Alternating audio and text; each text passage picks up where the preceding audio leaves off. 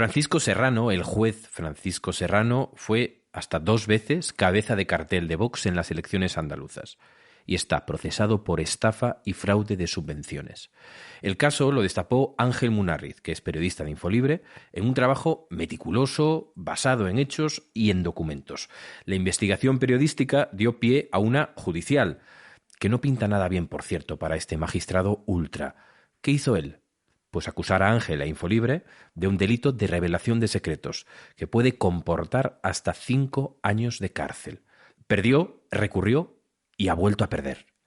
De estas cosas hablamos poco, pero importan mucho, porque cada vez más se utiliza la justicia para amedrentar a los periodistas, porque a veces acaban pagando los periodistas que hacen su trabajo en vez de los corruptos y los delincuentes. Esta vez no ha sido así. El apoyo de las socias y socios nos ha permitido defendernos. Y lo vamos a contar, claro. Es nuestro trabajo. Le pese a quien le pese. El quinto párrafo. Un podcast de Infolibre. Con Daniel Basteiro. Bienvenidas, bienvenidos al Quinto Párrafo, una conversación de Infolibre para quienes van más allá del titular. Soy Daniel Basteiro, el director de Infolibre, y si estás escuchando este podcast es gracias a las socias y socios que apoyan el periodismo de investigación y los artículos en profundidad. Sobre estos temas que no se agotan en un tuit, sobre cómo se investigan, charlo más o menos cada semana con periodistas que los conocen muy a fondo. Es el caso de Ángel Munarriz, que es el jefe de investigación de Infolibre. ¿Qué tal, Ángel? ¿Cómo estás? Muy bien, ¿qué tal? No es una pregunta retórica, esto de qué tal, ¿no? Es decir, ¿cómo has vivido esta semana? ¿Qué ha ocurrido? ¿Y cómo estás de verdad? Contento, profesionalmente reconfortado por ver que el procedimiento judicial se lleva a, digamos que se alinea con lo que periodísticamente es de sentido común y es el pleno interés público de las cosas que publicamos, el pleno cumplimiento de todos los requisitos de la buena información periodística. Uno siempre que hay un procedimiento judicial abierto, siempre que tiene la condición de investigado, pues puede llegar a estar tranquilo al 99,9%, pero no al 100%, pero creo que he estado respaldado profesionalmente por mi empresa, por los socios de mi periódico, por mis compañeros y por el trabajo que hemos realizado y también muy bien defendido legalmente. O sea que hay un punto extra de alivio, pero lo cierto es que lo he vivido con la tranquilidad de lo que creo que había sido un trabajo bien hecho. Esta semana la Audiencia Provincial de Sevilla ha archivado ese caso de Francisco Serrano contra ti en particular y contra Infolibre como medio de comunicación, pero este es el final de una larga historia, ¿no? ¿Cómo surge la historia, de qué iba y cómo hemos llegado hasta aquí, Ángel? A mí me llega en 2019 la información de que el candidato, bueno, en ese caso ya es presidente del grupo parlamentario de Vox, Francisco Serrano, en 2016, durante una etapa difícil para él porque estaba inhabilitado como juez por prevaricación, se metió en una aventura empresarial junto con 2 socios para montar una fábrica de pellets, de biocombustible, en Niebla, en Huelva.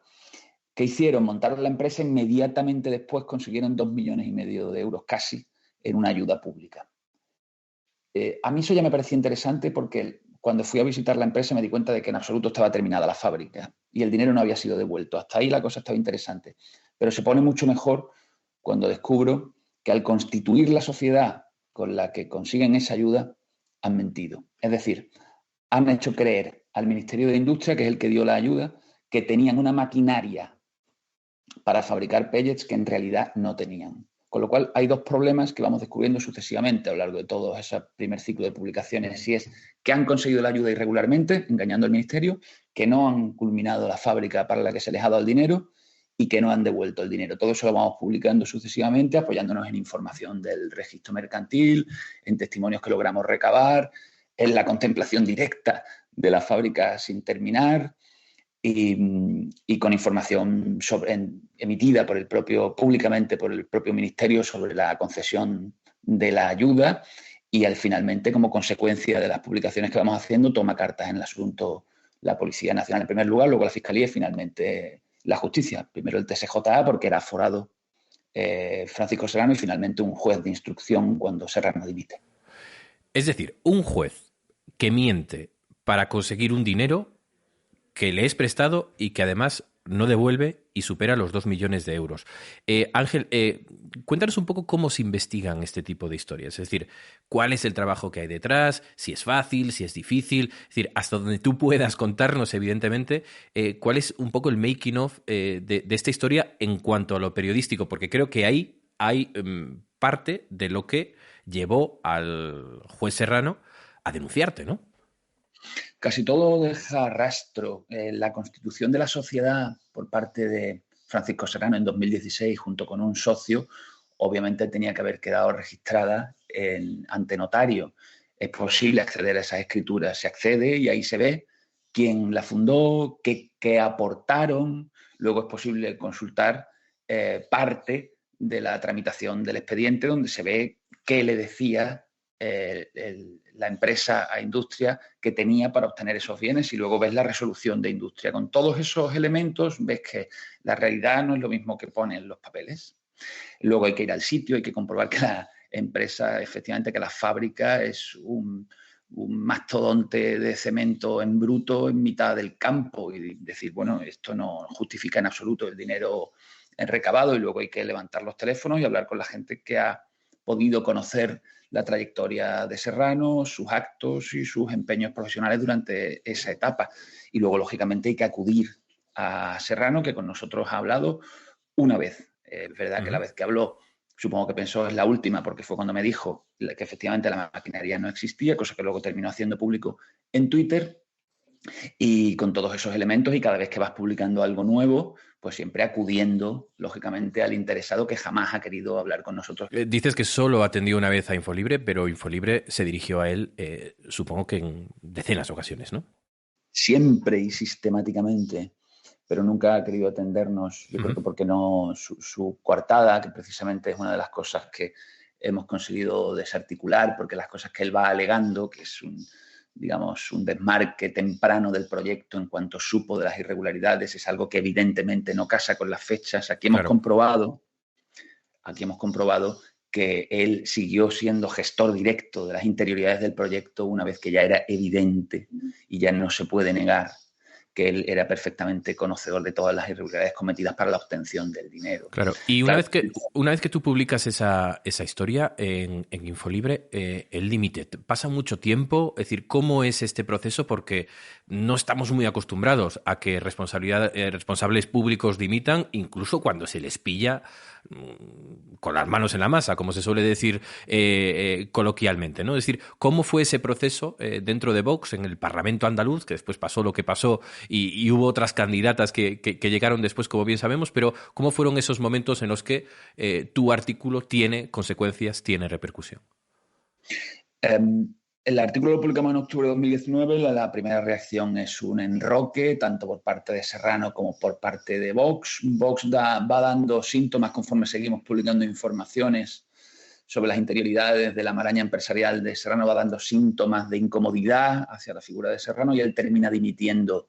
Creo recordar que en junio del año siguiente, en junio de 2020, primero se aparta de Vox y luego dimite ya directamente como diputado para centrarse en su defensa, y yo creo que deja bastante más tranquilo al partido, que estaba teniendo que responder continuamente por la imputación de su presidente. Hay que tener en cuenta que Vox llega prometiendo que ellos venían a limpiar la política andaluza, claro, con un presidente del grupo parlamentario imputado por un delito precisamente de fraude de subvenciones, con una, abro comillas, paguita. Era muy incómodo para el grupo parlamentario, y él acaba saliendo ahora mismo. Está completamente fuera de la política, aunque sigue siendo, digamos, activo en la defensa pública de sus ideas, pero está fuera de la política. Y él es juez.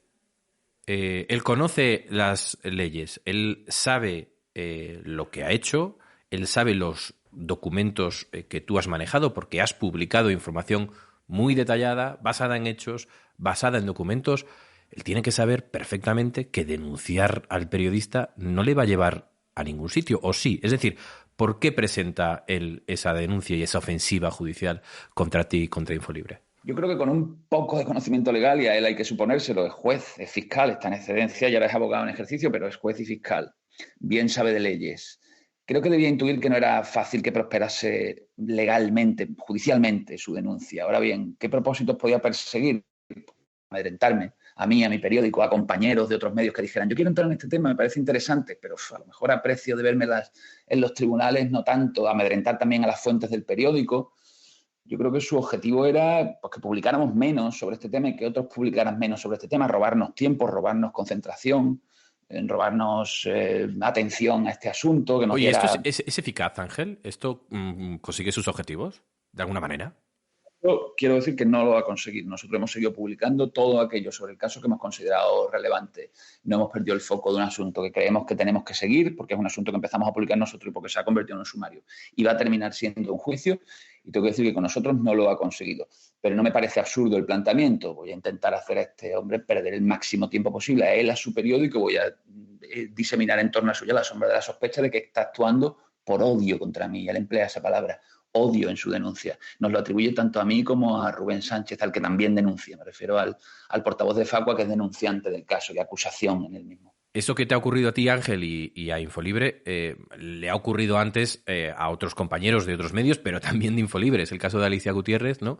Denunciada, igual que la cabecera que Infolibre, por el ex número 2 del PP, Teodoro García Egea, cuando lo era, y el presidente de la región de Murcia, antes y ahora, Fernando López Miras, en otro caso de revelación de secretos que, insistimos, puede comportar hasta 5 años de prisión, ¿no? Se le conoce como casos SLAPP, que son, bueno, lo que hacen algunos poderosos para hacer que los medios gasten dinero, energías que a veces no tienen, y para que se lo piensen mucho, ¿no? A la hora de seguir informando. También hay quien denuncia estos casos, ¿no? Yo creo que tú has recibido también muchas muestras de cariño y de apoyo en lo que es una utilización, bueno, torticera de la justicia por parte de aquellos que tienen muchos medios y a veces medios públicos, ¿no? Es decir, recursos públicos para ir contra la prensa, ¿no? Efectivamente, las SLAPP, que las dos primeras letras de las siglas SL, Strategic Lawsuit, es decir, son demandas que tienen una finalidad estratégica porque pretenden generar un marco que incomoda el trabajo del periodista denunciado. Claro, que pueden tener efectividad, y Reporteros Sin Fronteras, que por cierto ha sido una de las organizaciones que más nos ha apoyado, singularmente su vicepresidenta, Edith Rodríguez, a la que se le debe un agradecimiento, ha denunciado que están en auge. Es decir, el derecho, el Estado de Derecho en las sociedades europeas es fuerte, está bien articulado y es difícil, digamos, una persecución de tipo autoritario contra los periodistas, pero el uso torticero de la ley se está abriendo cada vez más paso como una estrategia de amordazamiento en su campaña, lanzada con motivo precisamente de la denuncia de Serrano contra nosotros. Reporteros Sin Fronteras citaba casos de estas características contra El Diario, contra El Confidencial, que se basan en peticiones de prisión absolutamente desmesuradas, peticiones de indemnización absolutamente desmesuradas, que si bien el abogado al leer el caso es posible que te indique, oye, creo que tenemos bastante que ganar si hemos hecho el trabajo bien, lo cierto es que te tienen 1 año, 2 años, 3 años pendiente de un nuevo auto, de un nuevo recurso, de una citación bajo condición de investigado, en fin, incomoda, digamos, el ejercicio profesional. Creo que la profesión se tiene que tomar en serio este tipo de estrategias y estar unida y articular las medidas y exigirlas para protegernos al máximo. Creo que no tiene excesivo sentido a estas alturas arrastrar a un periodista en condición de investigado a tener que decir que tiene que proteger a su fuente cuando es algo que está en el ADN de nuestra profesión. Muy bien, Ángel, pues muchas gracias. Gracias a ti, a celebrarlo. El juez Serrano lo sentimos por usted. Bueno, no lo sentimos por usted. Mejor responda ante los tribunales de los delitos de los que se le acusa. Felicidades también al equipo legal de Infolibre, que ha hecho un fantástico trabajo. Y yo diría que también a las socias y socios de Infolibre, porque es gracias a su apoyo, lo decimos siempre, no nos cansamos de repetirlo, que un periódico como Infolibre, que, bueno, en tamaño es modesto, tienen los recursos suficientes pues para hacer frente a personas con mucho más poder. Pero bueno, de momento, Ángel, felicidades, gracias por investigar y seguimos hablando muy pronto. Muchas gracias, un saludo. Y a las y los que nos estáis escuchando, gracias, pero por acompañarnos aquí, por acompañarnos en el quinto párrafo y por atreveros a ir mucho más allá del titular. Si sois socias o socios, sabed que esto es gracias a vuestro apoyo. También las victorias judiciales. Y si no lo sois, os esperamos, porque solo con vuestro compromiso podremos seguir trabajando en historias e investigaciones como esta. Hasta pronto. El quinto párrafo, un podcast de Infolibre, con la participación y producción de Adrián Jiménez, edición y montaje Cristian Aira.